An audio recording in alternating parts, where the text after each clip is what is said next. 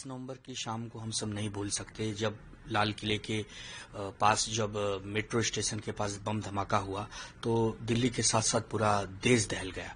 और ये जो आतंकवादी हैं, ये इनके मंसूबे कम होने का नाम नहीं ले रहे। प्रधानमंत्री जी ने कहा था कि ऑपरेशन सिंदूर अभी जारी है, अब खून और पानी साथ नहीं बहेगा। तो एक उम्मीद जगी कि कम से कम अब खून तो नहीं बहेगा हमारे लोगों का, लेकिन आए दिनों 12 के करीब लोगों की जान चली गई, करीब 20 से ज्यादा लोग घायल हो गए। हम एक बात नहीं समझ पा रहे हैं कि प्रधानमंत्री जी कब तक जुमलेबाजी करेंगे आप?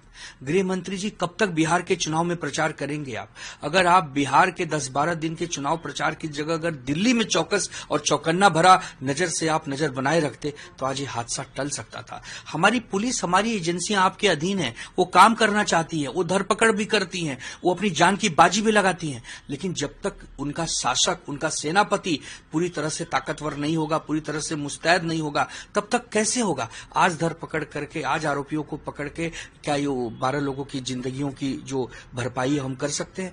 अरे उनको तो नस्तो नाबूद कर देना चाहिए। ये बम धमाका दिल्ली जैसे अगर शहर में हो सकता है तो सोचिए कि किसी गांव खेड़े में या जो छोटे कस्बे हैं वहां हम कैसे रोक सकते हैं? ये बहुत ही चिंता का विषय है। हम तो यही कहेंगे कि ये जो जैसे मोहम्मद हैं या अलकायदा हैं या जो भी हैं, इनको नस्तो नाबूद करो। ऑपरेशन 20 सिंदूर को तुरंत लागू करना चाहिए। हमारी सेना को आदेश देना चाहिए कि जहां जहां आतंकी ठिकाने हैं इनको पूरी तरह से मिट्टी में मिला दो, इनको पूरी तरह से इनको 72 हुरों के पास भेज दो। अगर इसमें कोई रोड़ा बनता है तो उसको भी नस्तो नाबूद करो, लेकिन एक बार आर पार हो जाना चाहिए। कब तक लोग डरे रहेंगे?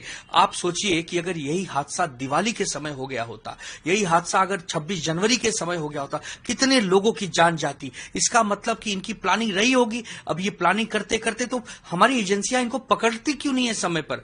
हम यही कहेंगे कि अमित शाह जी, बिहार चुनाव का कल नतीजा है, अब तो कम से कम काम पे लग जाइए। अब तो कम से कम जो गृह मंत्रालय का इतना महत्वपूर्ण जिम्मेदारी आपको है, उसको आप समझिए। और प्रधानमंत्री जी, आप भूटान जाते हैं, चाहे जहां जाते हैं जाइए, फोटो सेशन करवाते हैं, जाकर घायलों से मिलते हैं, वो भी करिए, लेकिन कम से कम हमारे देश के खून का बदला खून से लीजिए, मिट्टी में मिला दीजिए पाकिस्तान को और आतंकवादियों को, अन्यथा यह देश आपको कभी क्षमा नहीं करेगा।